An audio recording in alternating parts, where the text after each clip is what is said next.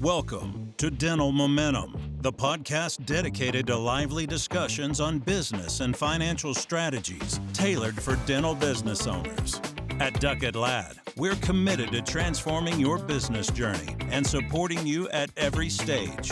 Join us as we delve into the keys to long-term practice success, from cutting-edge accounting and strategic tax planning to personalized business strategies.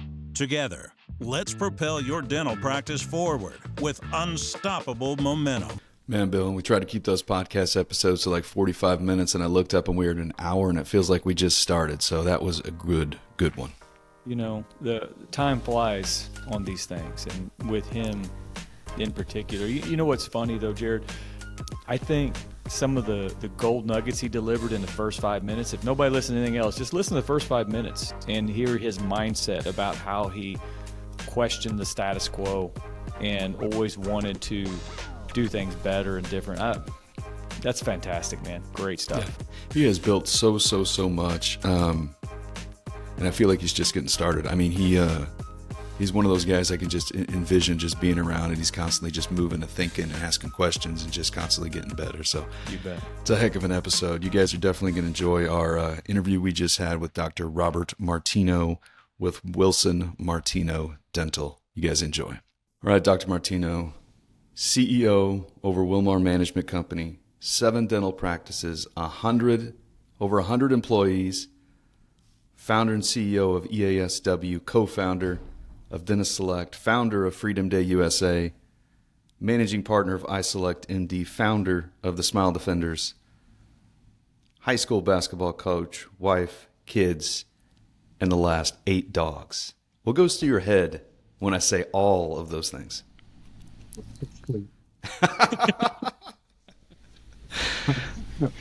You know, I'm a person that likes to be busy. Really. And it's the honest answer is, in fact, we started a marketing company a couple years ago, and the only reason why my staff agreed to it is because they knew that if I had a marketing company and I could market other businesses, I wouldn't start any more on my own. So they're all in on the marketing company. So because we can get in there, help them market, and then we don't have to do anything, you know. So yeah, it's just something that love to be busy, love to grow, very love the creative side. I'm a builder, whether that's practices or buildings or charities or whatever, or basketball teams. You know, it's all about having an idea.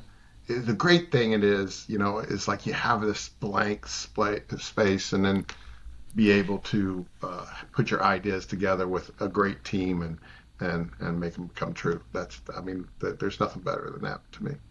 You know, we'll make sure we go back and get your whole entrepreneurial journey, but I really want to dive deeper into that comment about, being busy, being a builder. I mean, I would say you're probably a strong visionary entrepreneur mindset.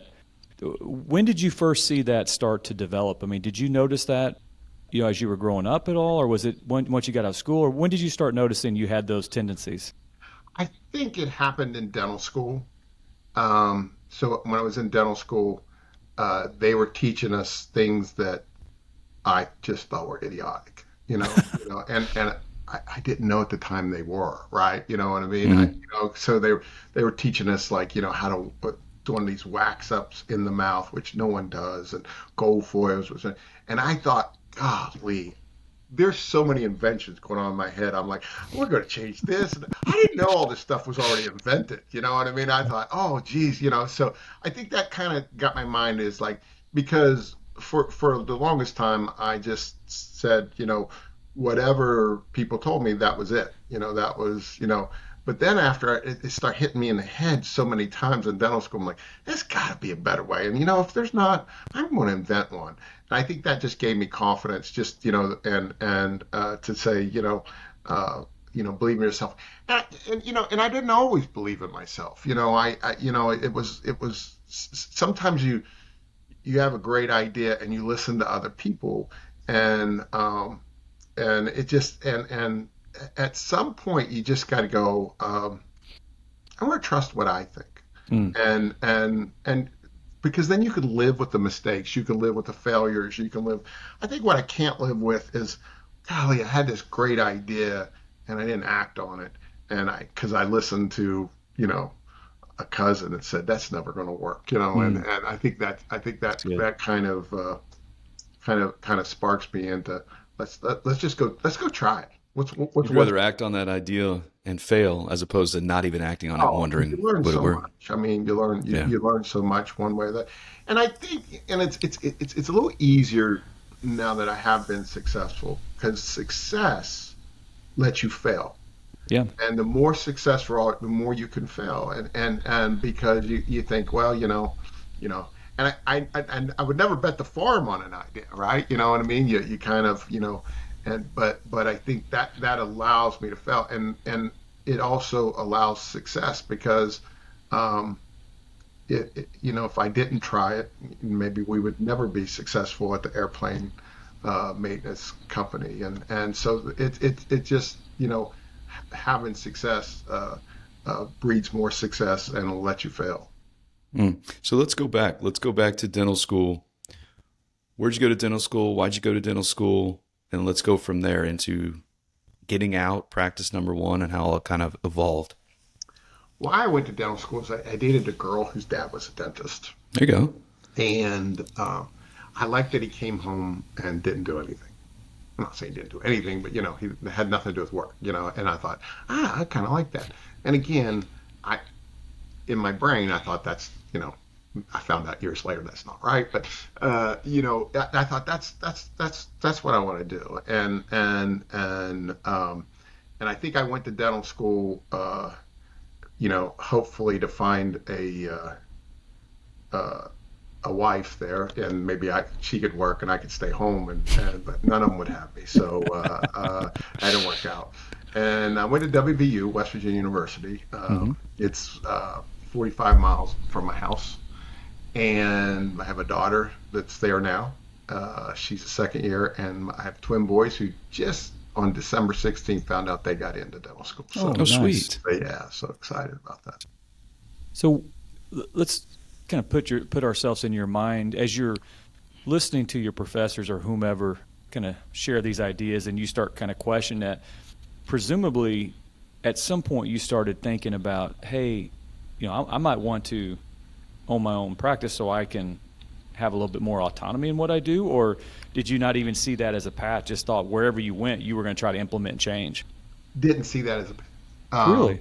I tell you what changed for me is, and I've since told him this, and I saw Gordon Christensen, and it's my senior year in Charleston, West Virginia. It was at a convention, and Gordon is the godfather of dentistry. I mean, everyone knows Gordon, and he's lectured all over the world, and he was up there and he was telling stuff, and I'm like, oh, like the light went on, and I'm like, oh my, there is this way. Because I did not like dental school, and I think I didn't like it because I was being taught by people who weren't real dentists. I hate to say that. I mean, they're very um, dedicated to dentistry. So I mean, I appreciate all. I wouldn't be a dentist without them, right? So, but they didn't understand the business part of it. They didn't understand that part of it, and so it was okay to do a crown in 3 hours. You know what I mean? It's not okay to do a crown in 3 hours in the real world. Yep. And so when I saw that with Gordon, and I went, oh my, there's a world out there. And so what I seeked out is an office that was already a little progressive, but I wanted to stay home too. I wanted to be in West Virginia, and so there was a one in my kind of my hometown, maybe a town over, and I just showed up one day and say, hey, you guys looking for an associate? And they were. Yeah. So go from there. You jumped on. So It's cool you got close to your hometown, right? Because I oh, remember in our first conversation that's big to right, you, right? right over, yeah, of course, and that's and so I met my partner, Kenny Wilson, and Kenny was just starting to, his office was just built a new office a couple of years ago, beautiful office that we're still in, and he was this guy that was had a great personality, and I could tell, he wasn't the typical dentist, and so it just happened to be that me and him, one plus one did not equal two, it equaled four. And I don't Wow. know why we just had this, and so I started in his practice, and it was one of those things that was too busy for one guy, but not quite busy enough for two. So we were at a Christmas party, and this dentist come up to us and said, "Hey, I'm trying to kill my practice, and it won't die." He said, "You guys want to take it over?" And it was in Buchanan, West Virginia, and it was about 30 minutes up the road, and we said, "Yeah, let's do it." And so basically, I was now up there. Started off a couple days a week, and then we expanded it. And the great thing about Kenny is he sent his best staff with me. Mm. So we had a great culture in our Bridgeport office, and then we brought that culture into the Buchanan office. It was very important. And as we go out, if we do expand, we hardly ever expand without somebody that knows our stuff. And because the culture is the most important thing in a dental office. And so this was no master plan. I can't, because you sit here and you read that list and you go, wow, this guy, he had all, no, it wasn't a master plan. It was like, no, yeah, if this guy didn't come up to us, who knows what would happen. But then we had that one, and then we goes, yeah, we kind of like this, let's do another one, and then we Well, said, real fast right there. Why did you like it?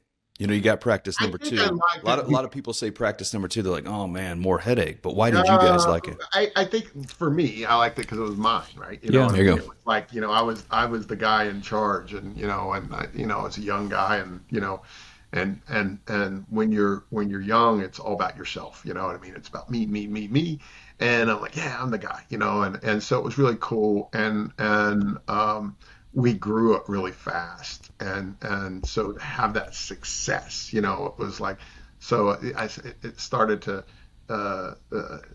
permeate. I love it.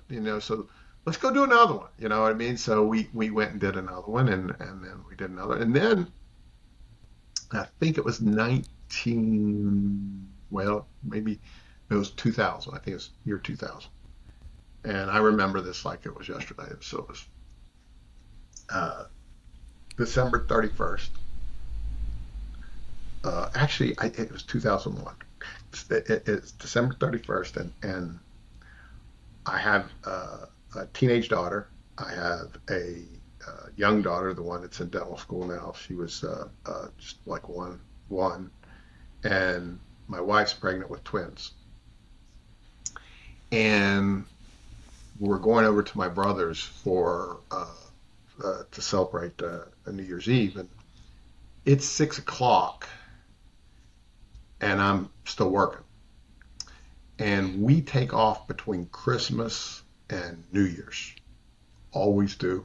Did this year. We had like 13 days off. It's crazy. We always do. And I look back, and I had worked every day, every one of those days, up to ready to go to a party. My wife's like, come on. And she's pregnant. Christmas was crazy, you know what I mean? I'm working because, all these people, they're home enjoying their families. I get payroll done. Yeah. There's bills that have to be, I'm doing it all. And I thought, man, something's wrong with this picture. And I wasn't happy.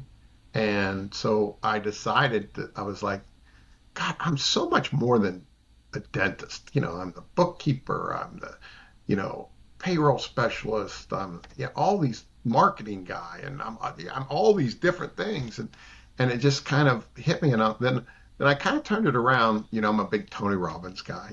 So and How can I turn this around? And I turned around and said, I am so much more than a dentist. Hmm. And I said, so I'm going to list 5 things that I want to do. And I said, well, I want to be CEO. Yeah, who doesn't want to be CEO, right? That was. I want to be a leader. I want to be a husband and a father again, because it was so much. We had 4 practices. I was going crazy trying to see patients. I said, I want to, and so I said, I want to be a coach. I love sports. I want to be a coach, and I want to be an entrepreneur. Those are the 5 top things. Hmm. Dentist wasn't on there. Yeah. Mm. Which was so wild to me when I really sat down, because this is what I did for 10 Yeah. years. That this is my identity. This is I went to school. I had these loans. We were a very poor family when I went to dental school. And and and all of a sudden I'm saying I'm not going to be a dentist. And it took me um, about a year and a half to uh, disengage from the handpiece. And I think that's what changed a lot. That's what changed my life. That's what took us from here to here, just because now there's someone that's constantly working on the business instead of in the business. And so that's kind of, so there was never this plan. It was just like, yeah, hey, there's a practice for sale. Let's just buy it. Okay, let's buy it. Without really this knowledge of what's this going to do to my life? What's this going to do to, my family's life? What's it going to do to my patient's life? It was like, yeah, give me another one. Yeah, yeah, yeah, yeah, yeah, yeah. We'll just model this. And, we had this ego, right? Everything we touched was gold. Yeah, yeah, yeah. Let's just go, without understanding that it was really affecting me personally. And I think that December 31st kind of just hit me in the face. And so I had to change, and I had to change, and I got to do the things I wanted instead of the things that I thought I had to do. Well, So let's stick with that point. At that time, I'm assuming were you partners with Dr. Wilson? Was he I still was. I bought into the first practice, and then all along I started buying into little okay? practice, and then after that we started going on our own. And so I tell you a story about that. Is he uh, we ended up, I think we ended up buying 9 practices at one point. We The idea was to build them up, take them small, build them up, and then sell them. Mhm. And we did that for a while, and that was good. And then we finally started thinking, we're like, darn, we built these up, and they're making good income. Why are we selling these? It was like, this is idiotic. So we stopped doing that. And so about 15 years ago, Dr. Wilson said, I want to move to Texas. My wife rides horses. Okay, move to Texas. So he moved to Texas. So he basically retired, but he was still my partner. So, but it was great because um, he didn't bug me in what I was doing. Yeah. He left me alone. I sent him checks. We were both happy. You know what I mean? So he was happy and everything. And it's funny that we're saying this because and this happened for 15 years, and a lot of people say, well, why didn't you just buy him out? That's a stupid business move, and business wise it was, but loyalty wise, Hmm. I wouldn't be where I was in life without that guy. You know what I mean? He invested in me. He took everything I knew. He was, and I'm like, how can I not do that? So it just happens. Since the last time we talked, December 22nd, he actually passed away, Hmm. and it's a big loss for us and our community, and but for us that are surviving, so we're his legacy. And so we just had an annual meeting. We had 115 employees there, and that's what I told them. I'm like, that's our job now, to carry on how great he was. He was such a giving person, and so I think uh, you have to have that give and take with partners, because how many times I've seen partnerships fail because of Yeah. that. And the idea is, remember when I said when I first came out, it was all about me, me. you have to take the next step. And there's three steps in my mind, and it's that it's me first, and then at some point you realize you get to a we. It's about us, and when it's about you, all together, that's what sports are about, and that's where teams, and that's where and so all my sports background came into play, and still does to today. And we compete against each other, the offices, but there's a last step that a lot of people miss, and it's they.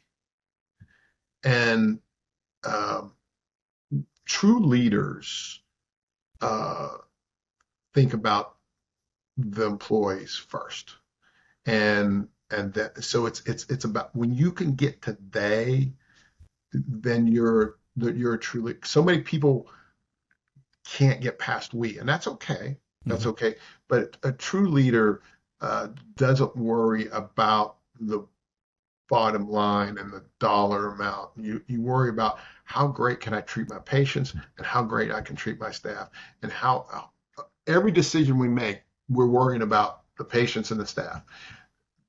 I am the last person I think about when we make a decision today, because I know if I take care of those two, I'm gonna be fine. Personally, I'm going to be fine. And I think that's the true leadership, and that's where we want to get to servient leadership, where we're serving we're working for them, they're not working for us. And if you think your patients are truly the most important thing in your office, then you want your patients, or you want your staff, to serve them and not you. Because if they're only serving you, they're only serving one customer, and they should be serving everybody. And I think that's where we're at. And it took me a while to get there. And so I think the partnerships are what help me get to that person. At some point in that partnership, I stopped thinking about how much I can get. I like how much especially when he retired. I'm like, I love when I send him a big check. That makes me that, yes, I'm getting one too, right? I'm partners. Yeah. It's more important for me when I got to send him the check. Well, going back to that point, what was his reaction when you told him you wanted to step away from the chair and focus on the business? Absolutely, you should. He saw something in me, right? Was he still working too clinically? No, that's when I was doing most all of it. There you go. Okay. So he was working like a day a week.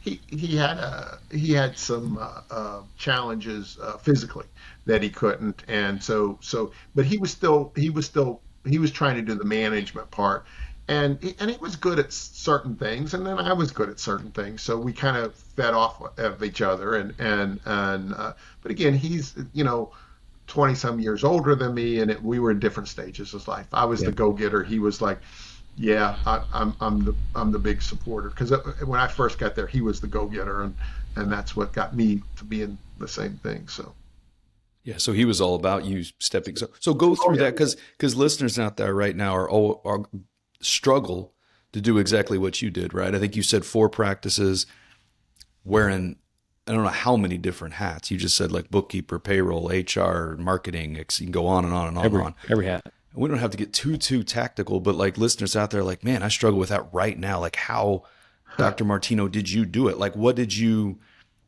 let go of first, right? Or how did you do that? Yeah, here's the thing. I get asked this all the time. Mm-hmm. So this is a common question. First question. Let me go back one question, because I know you talk to a lot of multiple practice owners, but I also know you talk to a lot of single practice owners that want to be multiple practice owners. And the first thing is I ask them is, how successful is your practice? Because we want to really dive into why do they want to do this in the first place. And if their practice is not successful and they go, well, I want to do another one, and I'm like, don't do that. You know what I mean? Because, if you got crap and you copy crap, you're going to keep having crap. Having more offices is not going to help you. And so it's really important that you work on your first practice. It's got to be very successful and very profitable, low overhead. Um, so that's very important when you're wanting to do multiple practices. And then and the other reason is to do multiple practices is because you want something different, but not always less. I think some people are like, oh, I want to stop being a dentist because I want to golf more. Mm. You know, no, Yeah.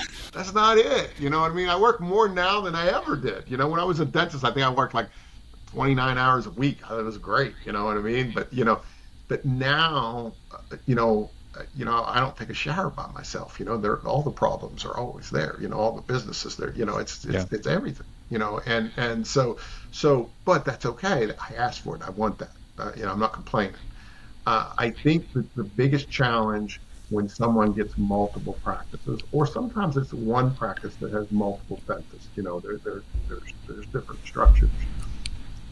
I think the problem is they don't look at cutting themselves away from the handpiece because we went to dental school.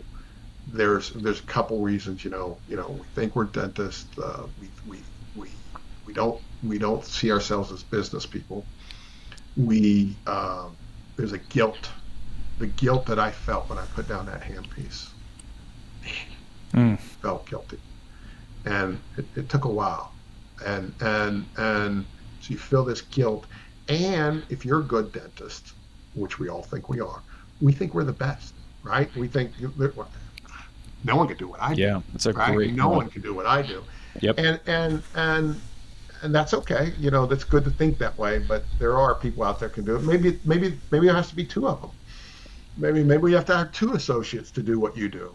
Uh, but so my advice to those people is never go cold turkey. I did cold turkey, but it took me a year and a half to go Yeah. cold turkey, right? You know what I mean? We decided we were going to do it, but it took me a while. I tell people all the time, do one day. If you work 4 days, go down to three, because pretty much you probably can do what you're doing in three, what you're doing in four, production wise. You're probably not going to lose any production. But that fourth day, don't go golf. For me, it'd be pickle. Don't go play pickleball. You know what Yeah. I mean? So you know, work on the practice. And there are many things that you can do to work on the practice and to make an impact on things. Don't just don't just think I'm going to uh, I made it, right. I got to put the handpiece down and I don't have to do anything, and I no. And this is what you got to do. And when you start making that impact, you should start seeing things like maybe overhead decreased, maybe production increased, maybe culture got better. There. So to get into it a little bit, I don't want to take this over, but This is perfect. Keep going. Yeah. Yeah. the idea is there's three categories I think that somebody can work on immediately. And one is controlling expenses, two is increasing production, and three is culture. And I think if you can work on those three things on that day, you can make an impact. And we break those down into different things. So, for example, let's talk about controlling expenses. It's the number one thing that's missed. Everyone, if they put down a hand, I want to talk about increasing production, what I mean? And we'll talk about that, and it's very important and everything. But controlling expenses is the best thing you can do to make an impact on an office immediately. Um, I I don't know if it says on my resume, but at one time we took over there's five practices in Tennessee. We managed them for a friend of mine, and they were doing about $4 million, and a little underproducing, not doing great, and very not profitable. So you think the first thing I did was go in there and try to increase production because I thought they were underproducing. And it wasn't. First thing I did was put a budget in. Yeah. I put a budget in, and they're like, "What? Talk about being the bad guy." You know what I mean? But putting a budget in and putting a budget. Now, we did have success there, and after 3 years, we got them up to 9 million, and they end up selling for 10.5 million to a DSO. So it was a very success story for us. But I went way back down to what started it was a budget, because we had to have money to do the things that we wanted to do. Maybe it was advertising, maybe to get more new patients, maybe it was hiring the right staff. We didn't have any money. So we put in a budget. So it's the number one thing that I think that I start with when I take over a practice. We have a budget. So for example, we say, okay, dental supplies, pretty easy. 4%. Whatever you did last month, you get 4% budget. Okay, you get a 4% budget. And you think, some people, I can't do it 4%. You can. I have offices that do it, at 3%. But guess what? When they get down to a certain number, I start giving them a little money back. So, for example, if at 4% is where we're at, you go to 3.5%, I'm going to give you 1% back and as a bonus to everyone. So now everyone's looking for it. Well, we don't really need that, and so I'm big on incentives, and we'll talk about that. But this is like my whole core. So real quick on the expenses when you're talking here, why do you think most dental practice owners aren't good on that? Is it because they don't have good financial data to monitor off of, or they're scared to make the decisions that's going to affect other things, like by slashing expense? I say slashing, I shouldn't use that word, cutting expenses, or why are they not good at it? I think it's a lot of things. Data usually, you can get the data, right? Like professionals like your guys self, you can get the data. That shouldn't be that's a poor excuse. So I think that one is we get back to the time. But I'm trying to see patients. Yeah. I don't have the time to do this, and the importance of it. They don't see the importance of it, which is really a key. So they give it to Susie here, who they think knows all of it. Susie don't care. Yeah. Susie just doesn't want Jane yelling at her because they ran out of cotton rolls. So she orders enough cotton rolls to last 3 years. So that's So I think one of the things is when I got involved with this is, the importance is the main thing.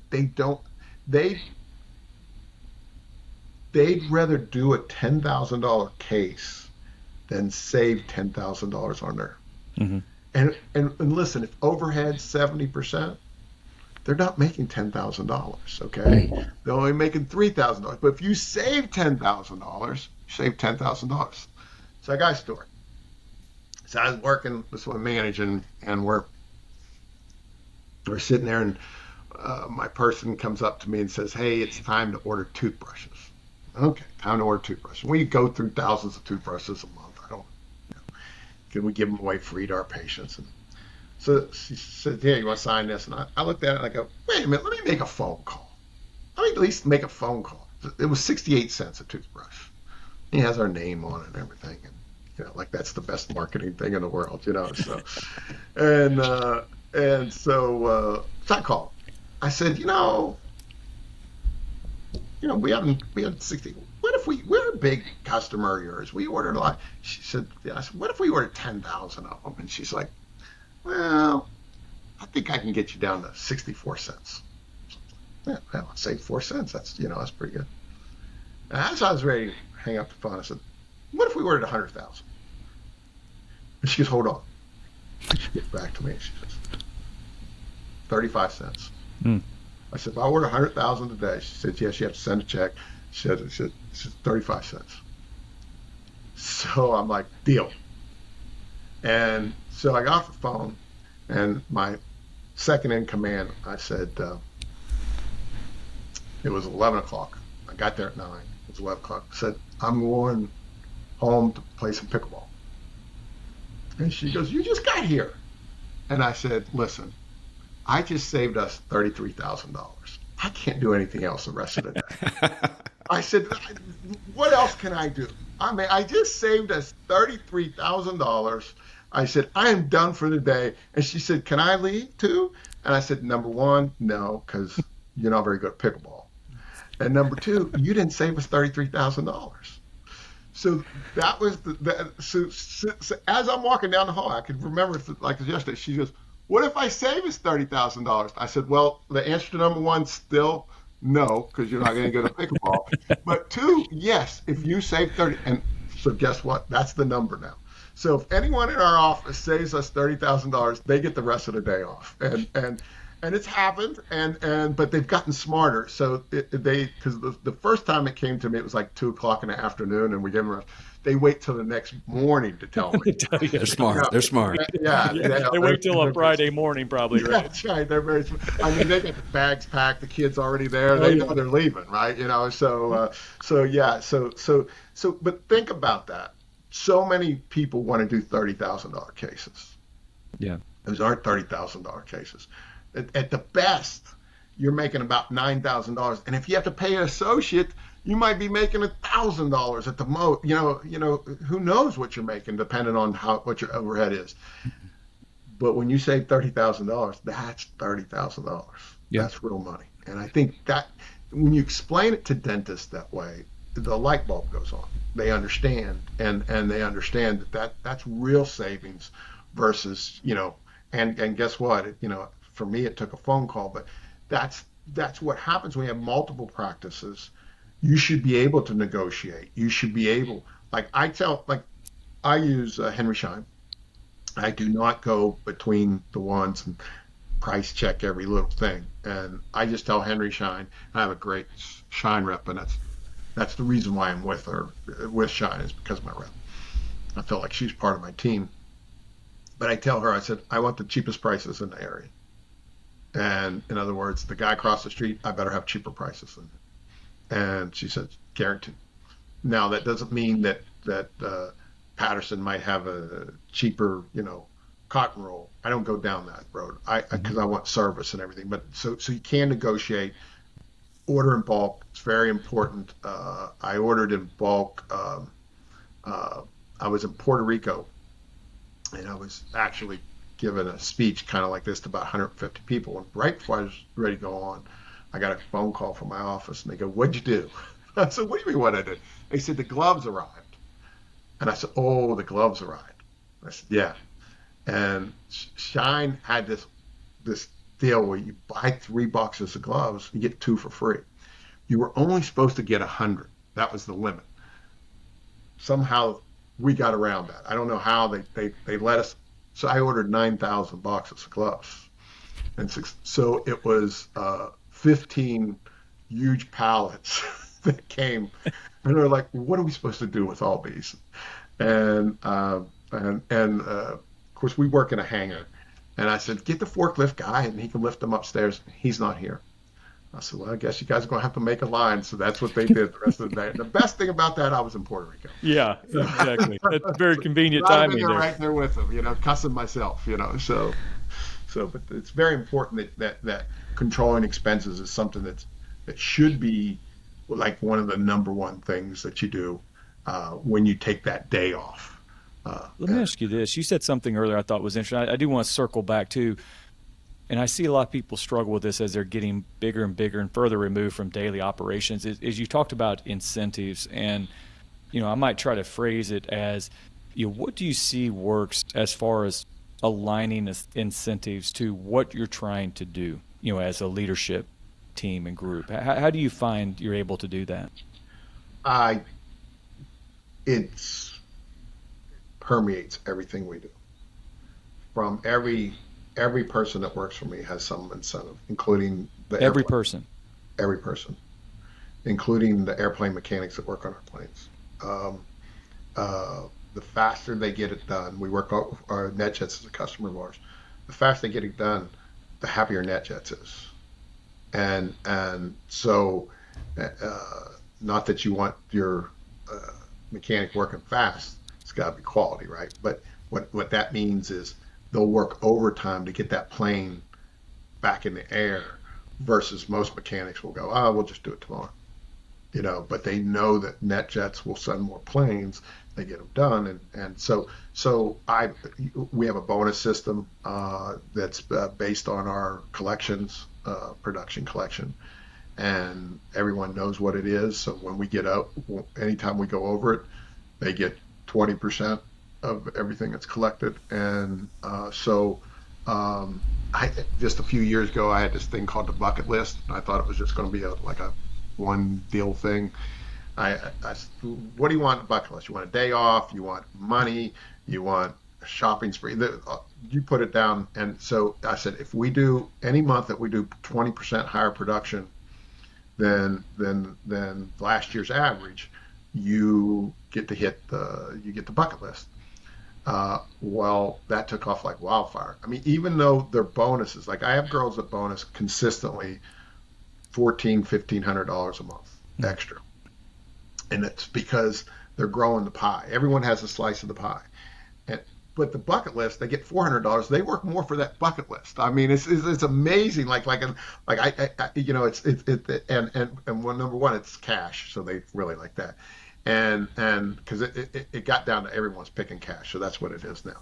And if you do it in so many months in a row, you get a little bit more. You get maybe another $100 and everything. And it just people are working. And so you think, wow, how is that? What's that helping? What about the patients? It helps the patients so much because, again, I'll tell you the same thing. On Friday night, if we're working Friday and it's 4:00 and we're done at 4:30, and you come in with the broken teeth, my staff's going to do it. The other offices, first of all, you're not even going to get an appointment then. Yeah. You know what I mean? And so you probably get an appointment a month from now. And that's what grows our practices, because we see a lot of patients that they won't see, and we'll see them, within 24 hours. And so at 4:00 they come in, we're doing a crown prep. They're like, we're already in bonus. We get 20% of that. So they already know. And so, yes, so it takes care of our patients. It's a big part of who I am. And again, I think it's part of the best thing in the world is when we give a great bonus to it's the best thing in the world. It is, and not only do that, but we have things like, we've taken offices to Jamaica and Las Vegas, and we put all these things out there, and Universal, and I mean, we've had, I think, over 100 people. It was the first time they've ever, with us, it's the first time they've ever been on a plane. We've had like 60 or 70 people, first time they've ever been out of country. I have Pittsburgh Steelers tickets that I give to the staff. Hundreds of people, first time they've ever went to, because it's not even just my staff. They take their kids and everything. First time they've ever been to a pro football game. That stuff, that gets me so excited. That is so rewarding for me, because that's a feeling you can't buy. And so it's we have this thing we called my girls call it Bobby Palooza. So we get all my companies together and get their kids and everything, and we go to a theme park, Kennywood, which is in Pittsburgh. And so we were at this big pavilion. They all have these same red shirts on, and I'm sitting there, and we're all having lunch in this huge pavilion, and 400 some people, and they're all there and everything. And that's when it hit me. I'm like, I'm making much more of an impact on just my staff, because you interact with the staff.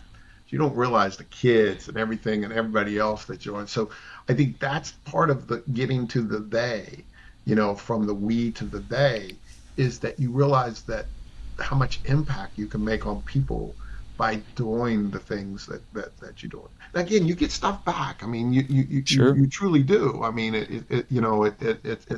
and I tell a story about, I have a young girl that makes $19 an hour in one of my offices. It's kind of a remote office, and she would make about $36,000, if that's all it is. She made $88,000 last year. She made $88,000. She's a corrodal polisher. In other words, in the state of West Virginia, they can clean teeth on kids under 21. We limited it to 17 because we think hygienists should go over that. But so she made $88,000 on the incentives of how busy she was. She's my most productive CP. She outproduces my hygienist. She did $604,000 last year. Unreal. That's more than some dentists do, right? Yeah, She did for sure. $604,000. So if you paid her $88,000. Yeah, I pay her $88,000. I've had 10 of them. I would pay $88,000. Those margins work. Right. So what would she have done if she didn't have the incentives? A couple 100,000, 300,000 maybe. Yeah. She's a great person. So, but she definitely, the incentives drive her. So hit on this real fast, because I on the incentive piece, because we talk to doctors all the time of, let me just use an example. Maybe you've got a 3-doctor practice, you got one owner, right? And then you got 2 additional associates. And I hear from them all the time. They're like, man, I just can't get my other 2 doctors to produce more. Like, Yep. I've tried this, I've tried that, and they just got to go, because I'm the guy, right, or the gal, like, that's just producing so much. I need them to pick it up and either get better case acceptance or just get more production. But what can I do differently? Maybe they've got some incentives in place, et cetera. But is that where maybe it's getting down to a people issue, or are there things you can do to make them better in that regard? Yeah, it can be. The challenge with dentists is we're control freaks. Mm-hmm. And we want, just like I said, it's hard to put down a hand piece because no one can do what we can do. Yeah. And especially if you've been doing it for 20 some years, you're going to be productive. And then you get someone out of school and you give them an operatory, and then 6 months from now you go, terrible. They hardly can produce. I don't know what's going on. I'm like, well, how much training have you given? Well, I'm busy. So I think the first thing is you got to look at yourself. Yeah. When you have these problems, stop looking at other people. Look at yourself. Like, what kind of training program do I have? Do they understand where this? And then there's some people, and I have them, some people that just will never produce. So the idea is you got to put them in a situation where you can still be profitable. So how do you be profitable with a doctor? You have to have a great hygiene program. We do. At the end of the day, me, the owner of the practice, I think I make more money in hygiene than I do with my doctors. Wow. Because my doctors, I have to pay so much, right? You have to pay a percentage of this. Think about it. If we do a sealant, it's pretty profitable. With clean teeth, it's just labor. I don't have a lab bill. I don't have, so it's fluoride, same thing. Hygiene should be profitable. So many dentists go into this that the hygiene's a loss leader. Crazy. Yeah, we've heard that. Crazy. It's crazy. That's. I tell you what. Let me run your hygiene department. Let me keep half. You know what I mean? Because no, but you get what you focus on. Yeah. And so many dentists focus on that 4 on X, this big case, and and that's in fact, 10, 12 years ago, someone wrote an article about us that was in dental economics, and it said, "Be like Tony Gwynn. You don't have to hit the home runs. Singles and doubles will do it." And that's what we do: singles and doubles. I mean, preventive work. Crown here and there. Sure, we do implants, but that's gravy. You know what I mean? Yeah. That's not our core business. So this last year we had pretty good growth. We had 11.2% growth. Good for you. And for an organization our size, that's really good. And you know what I mean? And in this economy too. And so I talked to all my friends, and they're like, we were flat or down a little bit, and they're like, why? And I'm like, because we're in West Virginia. We always have a bad economy. Yeah. You know what I mean? It's always been bad here. We've adjusted for that. We don't live on the Forex cases or the $40,000, $50,000 cases. That's not. We've already adjusted for that. You know what I mean? So I think that's why we can be successful in a bad economy, because we'll still be okay doing extractions. We're still okay. Every procedure that you do should have a profitability to it. There should never be a loss leader. and you should make as much profit that you do on an extraction as you do on a crown. That's In a fact, you great might have statement. more profit on an extraction than That you is do a on a crown. great statement. But maybe not as much. But again, at my position, I'm not there trying to figure out how much more production we can do. The incentives are for them to figure out how much more production they can do. My job is to figure out when that production comes in and collection comes in is how profitable can we make it? Because the more profitable I make it, the more I can give back to my staff. And Mhm. guess what? It's like this circle, and the more money they make, the more they want to make, and everything. So that's my job. I just want to throw them back in the ring and have them make more money, and the more money they make, the more they Are want to make. are most of your practices, if not all, PPO practices? I mean, heavy insurance practices, or are they fee for Very heavy service? insurance. We, Yeah. we don't participate with a lot. I mean, we do. One we're dropping Delta because Delta haven't raised up fees in 25 years, and Hmm. Medicaid fees. We do Medicaid. We do. Okay. We if you work on kids in the state of West Virginia, you better do Medicaid. Yeah. I mean, so and we have an all pediatric practice. It's about 90% Medicaid, and here's the thing that I'm going to tell you: half our other fees. It's the highest profitable practice that we have. Mm. Because guess what? Sometimes, unfortunately, they're in a situation where they don't always get to come back multiple times. So when they come in, we do as much as we can on them. The staff understands that they're already it's very and kids are profitable. Kids are Hmm. very profitable. I think so many dentists don't understand that. These pediatric dentists they've hidden this from us. You know what I mean? It's uh, peds is very profitable. You don't have a lot of lab fees. A lot of it's just labor.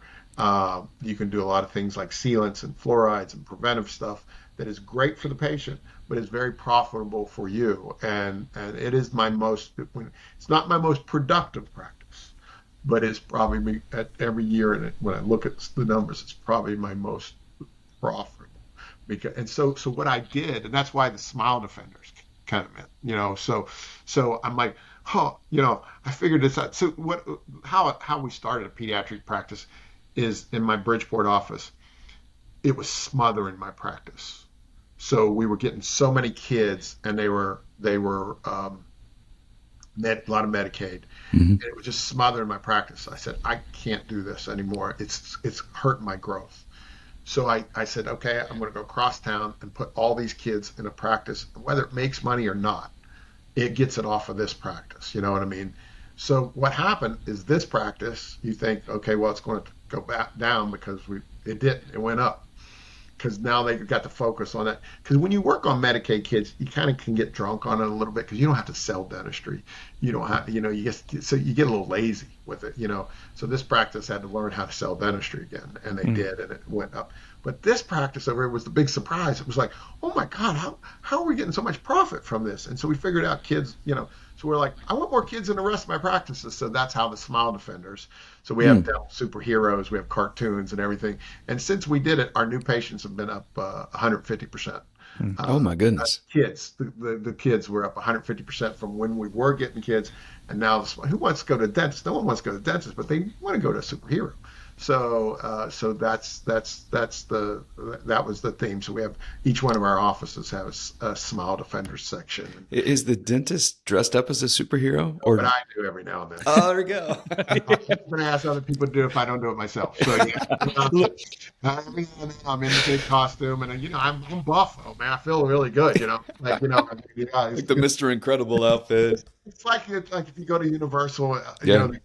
we got this really big, and I mean, kids go. And the great thing is, I mean, we've been in like parades and everything. You walk down the street, they people like you're a superhero. They want to come up, take pictures with you all day. I once went to a convention and I had that on, and everyone's coming up, want to take a picture. So I tell my girls, I can't unzip it. So I said, please unzip. I gotta go back.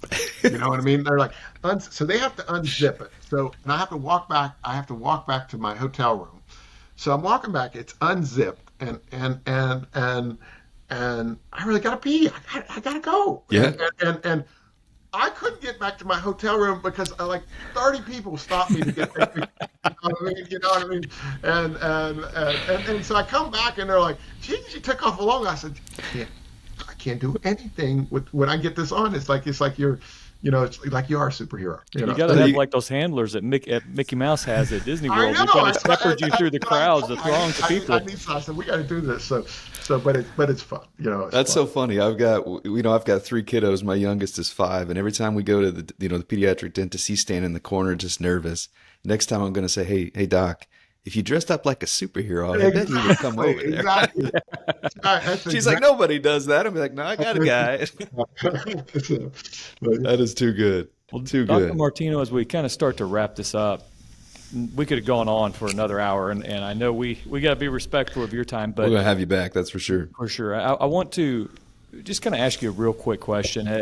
You have done a lot. Jared started with that, and there is no doubt that you have that entrepreneurial bent and that you have been that man in the arena, so to speak, like you talked about. I mean, you have put yourself out there, and probably you've stumbled a couple times, made some mistakes here or there, learned a lot. So if you were to tell our listeners, what's the biggest, lesson you've learned? What's the thing you would change if you could go back and do anything differently? How would you answer that question? Well, number one, I wouldn't change a damn thing, because everything that happened to me, and there's as much success I've had as much failure. Right, and I've learned much more from the failure. Mm-hmm. So Great. I mean, so I wouldn't change anything. I think the biggest thing is that you're not an island. Go get help. There are great consultants out there, coaches. I'd rather have a coach than a consultant. Personally, I've been part of Fortune Management since 1990. They're good friends of mine. I'm very involved with that.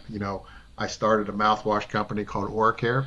It's a national, it's a replacement for chlorhexidine. We have thousands of offices that use it, and it was all part of the people that I met in Fortune Management. And so I think there's help out there. You don't have to be an island. You don't always have to do it on your own. You can stand on somebody else's shoulders. So I think that's the key is you don't have to, just like when I was in dental school, I thought I had to invent all this stuff. It's probably out there already. You know what I mean? Copy someone, go do it, ask for help. You don't have to invent it on your own. And I think that would be the key, because for so many years, I think I did that. Look, I don't want to be the smartest guy in the room. I want to learn from the smartest guy in the room. So, and there's a lot of smart people out there, much more than I am. And I think that's the key.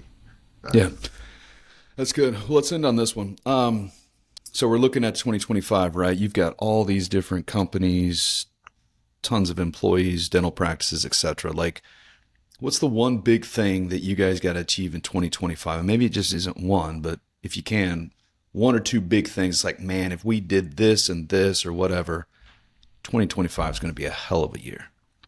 Well, it's funny that you say one big thing, because it's completely opposite. Our theme this year is small things. So we really got into the book of Atomic Habits by James Clear. Mm-hmm. Amazing book. It's about doing all the small little things to create the big things. So we just had our annual meeting, and that's what it was all based on. And it was called Honey, I Shrunk Your Problems, and we had all these big things there. It was really neat. But what we were talking about to them is, we wanted them each to pick some habits that they do every day, and we got a habit calendar, and if they do it for 5 days in a row, they get a scratch-off lottery ticket. But you don't want to break the chain. It's okay to break it one day, but if you break it 2 days in a row, then you have to pick from the bag of shame. And the bag of shame has, you have to do these little videos. We have an internal Facebook page, and you have to do these videos, and whether it's sing a song or something, you have to put it on internal. So our theme this year is small things. And small things matter, and because that's how we think that we're going to get the big results. Yeah, that's so good. I mean, you're the basketball coach, but you hear Coach John Wooden. he was always big on the small things. I think Exactly this right. might have been in the Atomic Habits book, right? But he taught his players, right, how to tie their shoes, Yeah. like every Right, practice. It's right, like, come on, exactly. man, we're tying some Exactly. shoes. He's like, if you don't get this right, you'll get nothing else right. So That's exactly right. And that's and it's good. our theme this year. That is good. I can feel the culture of your office through this podcast. Just how you were going through the bag of shame or whatever, the internal deals. I mean, culture, I bet, is huge at your practices, and it has to be at every practice. But that's why you guys are so successful and growing, and just probably a heck of a dental practice or group to work for. It's the number one thing. Yeah. There's nothing better. As I was talking about the three things to work on, the next thing was production, and then the last thing is culture. Culture. And unfortunately, we didn't get into it, but that is the most important Yeah. thing. Yeah. Is the culture of your practice. I mean, the culture of any business is the most important thing. They say, culture eats strategy for breakfast, and it's the truth. I mean, I can't do what I'm doing in a bad culture. And it's usually down to communications. It comes down to communicate. There's not great communications. And every time I go to my office that's having a problem, it's a communication problem. Yep. Yeah. I have great people, but sometimes they just don't communicate properly. And that's the key to a culture. And I think culture is the number one thing. It's the number one thing I work on a daily. How do we create a better culture? And it just doesn't happen. You have to work on it. I think you just gave me another idea for a podcast series, Bill. Something about building Absolutely. culture. That's where we'll have you back as another guest. But this has been awesome. We appreciate you, and heck of a story. And you're not done. You're still growing, getting better every day. So wish you the best in 2025, and definitely appreciate you jumping on board and chatting with us. Well, thanks. And I got to thank my pickleball guys because they moved the game to 10:30. Oh, they're hating us right now, man. Go whoop them. Go whoop them. It's indoors. I'm going to make it. We're good. It's good talking to you, man. We'll talk soon. Thanks, guys. I appreciate it. See ya.